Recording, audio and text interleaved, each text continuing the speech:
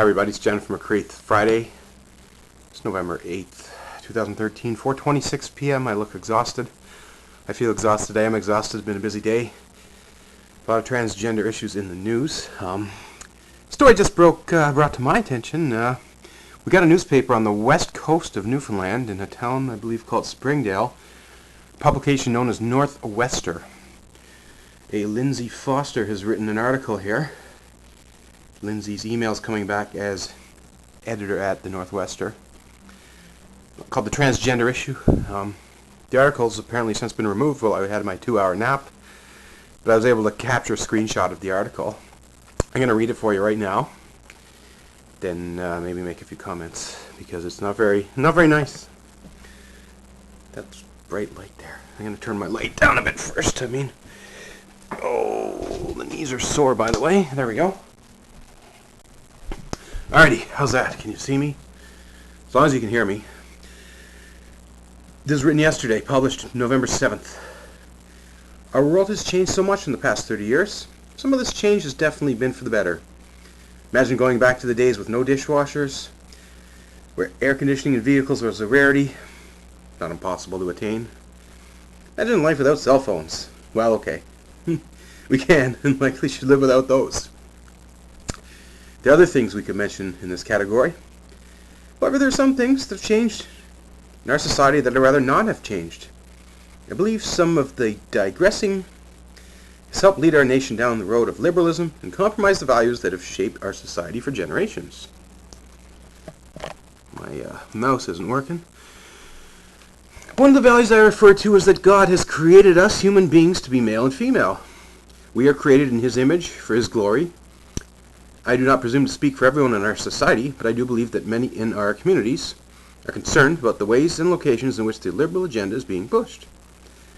I would have never imagined that I would see the day where a publicly funded institution, a cross-dressing transgender celebration day, was promoted. But to my horror, that day is here. I thought that for my column this week I should reflect on how I, as a Christian minister of the full gospel of Jesus Christ, see the transgender issue. I believe the Christian church should be dedicated to defending the honor, dignity, value, and equality of the two sexes as created in God's image. Male and female, each bringing unique qualities to sexuality in relationships. Each of the two sexes is a glorious gift from God meant to be offered back to Him for procreation and mutual delight, or in celibacy for undivided devotion to Christ. Not only do male and female together reflect the image of God, but their coming together in a marriage relationship to bring forth new life is used in Scripture as a reflection of God's relationship with His people. Throughout both testaments, God and His people are portrayed as husband and wife, or as a bride and groom. The creation account found in Genesis lays out this gender-based picture and sets the stage for final eternal union of God and His people, of Christ and His bride.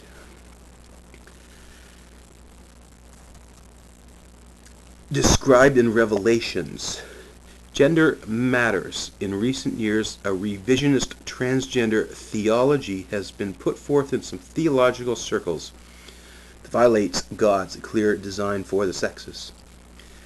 This distorts His image and His plan for sexuality, marriage, family, and the just and proper ordering of society. I affirm God's design for the two sexes. Sexual relations are to take place between one man and one woman. I disagree with homosexual liberal theologies as contradictory to the Judeo-Christian sexual ethic. I oppose the ordination of transgender and transsexual individuals, and the celebration of transgenderism is one of God's gifts. I believe the modern transgender movement is working to dismantle the concept of gender as the Bible and the world have known it to be. If the liberals succeed, there will be striking consequences for marriage, family, and society at large. I believe that God's intent for sexuality and gender is being turned upside down. We must remember that those who struggle with their gender identity have lived lives of great pain, confusion, and rejection. Just as Jesus went out of His way to reach the hurting of society, We are called to share his love and freedom as shared in the gospel. I do not believe in hatred, violence, or bullying of any sorts. I would encourage parents and persons of influence everywhere to take proactive role in their children's development by providing them with a strong biblical example of what it means to be male and female. Many of the problems associated with transgenderism, like confusion and pain, stem from a lack of positive role modeling and guidance.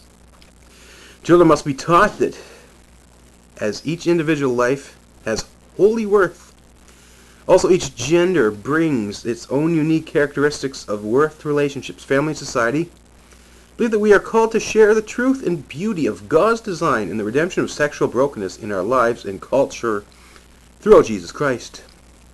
Like all of us, transgendered individuals are desperately in need of God's truth and deserve to know the love and compassion of Christ as shown through his people. I do not believe our publicly funded institutions should be used to promote lifestyles that are logically and immorally flawed.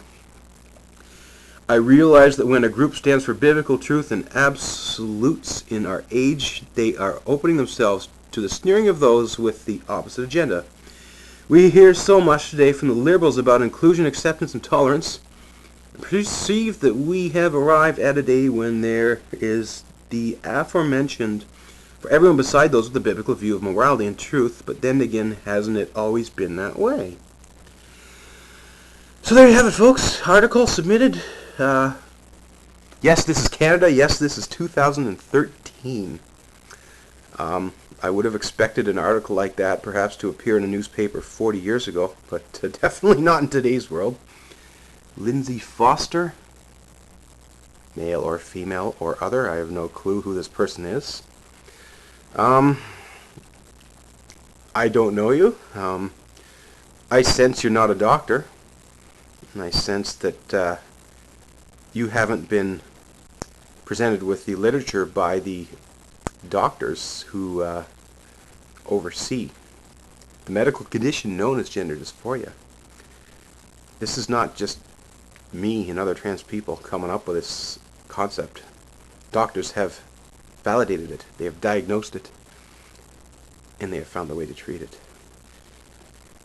There are not just two sexes. They're not just two genders. There are infinity. Those two words are spectrums on a sliding scale. Some people are born with both male and female parts. Yes, it does happen. Your God makes mistakes. Or maybe he doesn't make mistakes. Maybe he intends for things to happen the way they happen. Maybe he intends for people to be who are born intersex to take corrective action. Anyway, interesting article. I'm going to probably do another video with a deeper reaction, but interestingly enough, they have taken this article off their website. Here's what the magic of the internet means you can capture things that were there, even if they were taken down. So, just to prove that I'm not lying to you folks, the transgender issue, Lindsay Foster. Anyways, I think I'm going to have to have a little chat with whoever runs this newspaper and try to gain a better understanding as to what their agenda is, because their agenda seems to be inconsistent with what is acceptable in our society. And you people, whoever support this idea, what did he call it? Theology? You can believe whatever Bible or book you want to, but those books are old, out of date, often misinterpreted. As far as me, my gods, I look in the mirror and see my own God. I see someone who controls their own life, who is not going to be influenced by brainwashing of people who are behind the times and stuck in their old ways.